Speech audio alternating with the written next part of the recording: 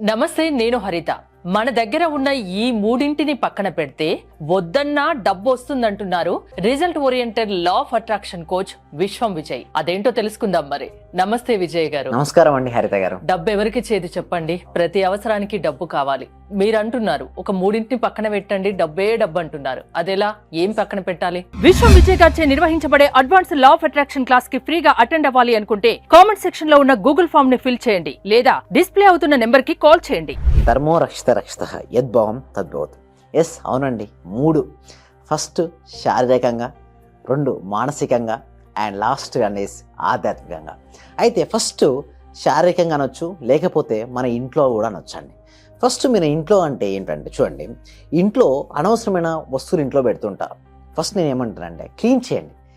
ఇల్లు కనుక క్లీన్గా ఉంటే లక్ష్మీదేవి ఉంటుంది, ఇల్లు కనుక క్లీన్గా లేకుంటే జ్యేష్ఠదేవి వస్తుంది. First you have to clean our self. అంటే నేను శారీరకంగా నేను ఎందుకు అంటున్నానంటే, మన ఇంట్లో మనం ఏదైతే వస్తువులు ఉంటాయో వాటిలో అనవసరమైనటువంటి నెగిటివ్ ఎనర్జీ ఉంటుందండి. పాతవి, చిరిగిపోయినవి, వాడనివి ఉంటాయి కదా, ఫస్ట్ తీసేయండి.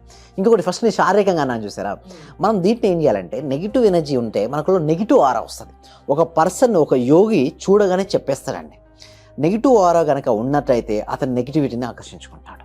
ఎట్లా తెలుసు మీరు అనొచ్చు, సార్ ఎలా తెలుస్తుంది నెగిటివ్ ఎనర్జీ ఉన్నట్టుగా అంటే, వాళ్ళు అనుకున్న పనులు జరగవండి. అంటే ఏ వ్యక్తి యొక్క పనులు అనుకున్నట్టు జరుగుతుంటే అతనిలో పాజిటివ్ ఎనర్జీ ఉన్నట్టు. ఒక వ్యక్తి చాలా చేస్తుంటాడు, అన్నీ చేస్తుంటాడు, బట్ అన్నీ కూడా చేసినా కూడా అనుకున్నట్టు జరగట్లేదంటే అతనిలో నెగిటివ్ ఎనర్జీ ఎక్కువగా ఉంది. వాళ్ళ ఇంట్లో నెగిటివ్ ఎనర్జీ ఎక్కువగా ఉంది.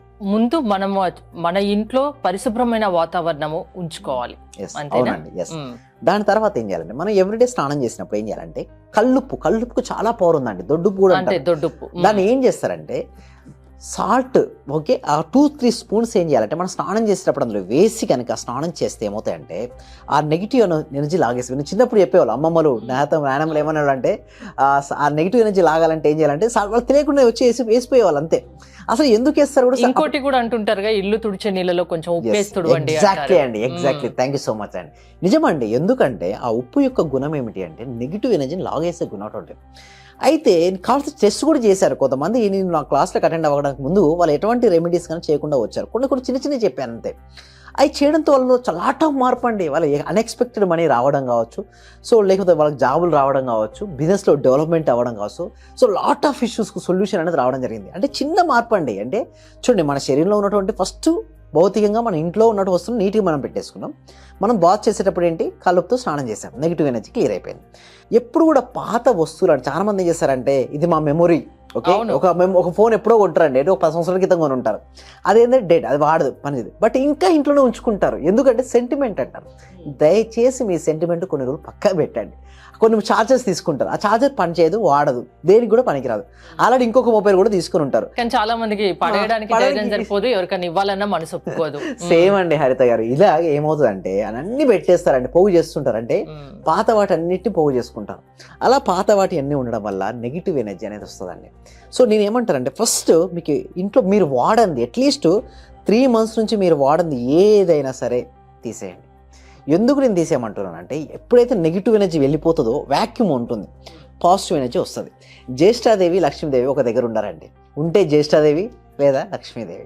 సో మరి లక్ష్మీదేవి ఆహ్వానం చేయాలంటే ఏంటి, అనవసరమైన నెగిటివ్ ఇంట్లో అన్నీ తీసేయాలంటే ఆ సెంటిమెంట్ అన్ని పక్కన పెట్టి ఫస్ట్ మీరు నీట్గా ఉంచుకోండి ఇల్లు. పాత వస్తువులు, విరిగినవి, చిరిగిపోయినవి, పాత అన్నీ కూడా తీస్తే అప్పుడు ఖాళీగా ఉంటుంది. మీరు అన్నది చూసారా, ఇల్లు తుడిచేటప్పుడు కూడా సాల్ట్ చేయాల్సిందే అండి.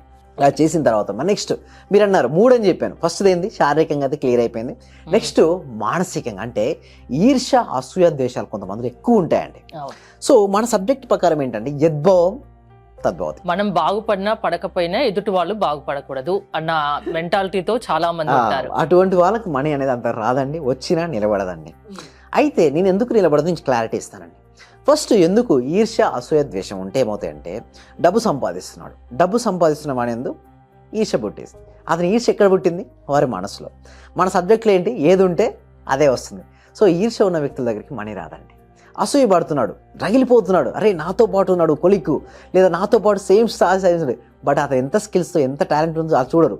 అది ఏం చేయాలి, తెలియకుండానే ఈర్ష్య, అసూయ చేస్తూ ఉంటారు. డబ్బు సంపాదిస్తున్నాడు, అతను సంపాదిస్తున్నాడు అంటే నీ దగ్గర లేదన్నట్టే కదా. అవును. సో దీనివల్ల కూడా మనీ రాదండి. అంటే మానసికంగా దీన్ని కూడా పక్కన పెట్టాలి. లాస్ట్ వన్ ఈజ్ ఆధ్యాత్మికంగా. అయితే చూడండి, ఆధ్యాత్మిక ఎదుగుదల ఉంటాయంటే స్పిరిచువల్ గ్రోత్ ఉన్న వాళ్ళు ఎక్కువ పీస్నెస్ ఉంటారండి.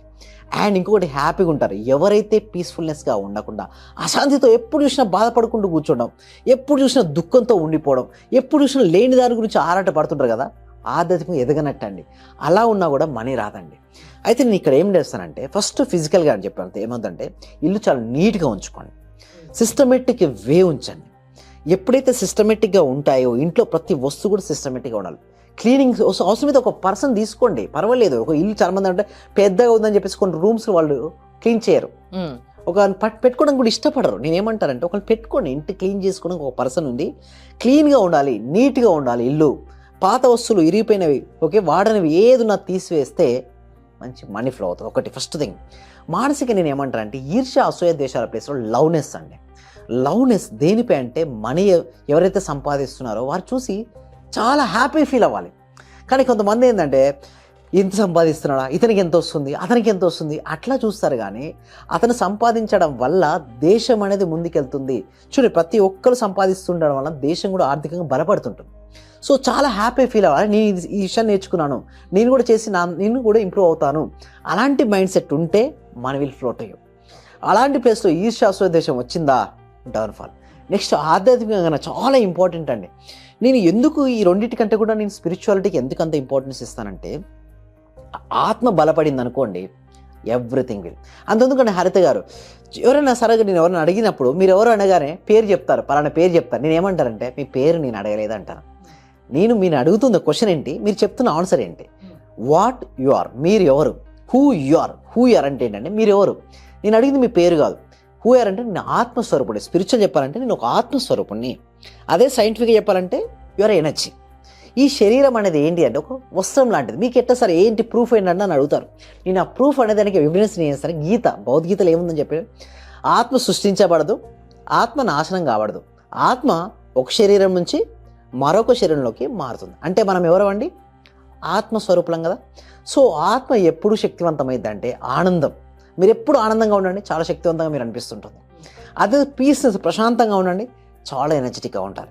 ఎవరైతే అనవసరమైనటువంటి లోపల ఉన్నటువంటి దుఃఖము, బాధ అవన్నీ పక్కన పెట్టి ఎవరైతే ఆనందంగా ఉంటావు, జాయ్. అందుకోసమే లా ఆఫ్ అట్రాక్షన్ ట్రైనర్స్ అందరూ కూడా చెప్పేది ఒకటే అండి, ఏంటంటే joy is the key to the manifestation. Manifestation అంటే ఏంటి, మీరు ఏదైతే కావాలని మీరు కోరుకున్నారో అది వాస్తవ రూపంలోకి రావడాన్ని మేనిఫెస్టేషన్ అంటారు. మరి దానికి మనం ఏం చేయాలంటే ఎప్పుడు చిరునవ్వు ముఖంతో ఉండాలి. అంటే ఫేస్ లో డబ్బు వాళ్ళ దగ్గర ఉండకపోవడానికి వాళ్ళే కారణం. సో అవి మార్చుకోండి, మీరు బాగుపడతారు, మీ దగ్గరికి డబ్బు వస్తుంది అంటున్నారు. లా ఆఫ్ అట్రాక్షన్ క్లాసెస్ అటెండ్ అవ్వాలంటే ఏంటండి, ఎలా అప్రోచ్ అవ్వాలి మిమ్మల్ని? Thank you so much. అయితే దీనికోసం ఏంటంటే లోక కళ్యాణం అంటే ఈ సబ్జెక్టు విశ్వవ్యాప్తం చెందాలి. అంటే ఇదివరకు ఎలా ఉన్నదంటే సబ్జెక్ట్ కొద్ది మంది చేతుల్లో ఉందండి, బట్ ఇప్పుడు అలా కాదు, అందరికీ చేరాలి. మరి అందరికీ చేరాలంటే ఏంటి, ఓకే, మనకి ఏంటి ప్లాట్ఫామ్ ఏంటి, ఒక ఫ్రీ డెమో క్లాస్ ఇవ్వడం జరుగుతుంది. ముందు అవగాహన అండి, అవగాహన కల్పించినంత వరకు అసలు ఏంటి సబ్జెక్ట్ కొంతమంది బిలీవ్ చేయరు. సో మేము ఏం చేస్తామంటే ఎవ్రీ వీక్ కూడా ఒక ఫ్రీ డెమో క్లాస్ కనెక్ట్ చేస్తాం. ఆ డెమో క్లాస్ మీరు ఎన్రోల్ చేసుకోవాలంటే కామెంట్ సెక్షన్లో డిస్క్రిప్షన్ గూగుల్ ఫామ్ ఉంది. మీరు ఎప్పుడైతే గూగుల్ ఫామ్ ఫిల్అప్ చేస్తారో మా టీం మెంబర్స్ వాళ్ళ వాట్సాప్ గ్రూప్లో యాడ్ చేస్తారో వాళ్ళ ఇంట్లో ఉంటూ ఆన్లైన్లో ఫ్రీగా క్లాస్కి అటెండ్ అవ్వచ్చు. క్లాస్కు నచ్చిన తర్వాత వారు 6 days నేను live law of attraction conduct చేయడం జరుగుతుంది. ఈ క్లాసెస్ తర్వాత మొత్తం వాళ్ళ మైండ్ సెట్ మారుతుంది, మొత్తం వాళ్ళ ఆదాయం ఎదగడం కూడా స్టార్ట్. వాళ్ళకి ఎలాంటి సమస్యలు ఉన్నా మీ సెషన్స్ కి అటెండ్ అవ్వడం ద్వారా దాని నుంచి బయటపడతారు, అంతేనా? అవునండి. థ్యాంక్ యూ విజయ్ గారు.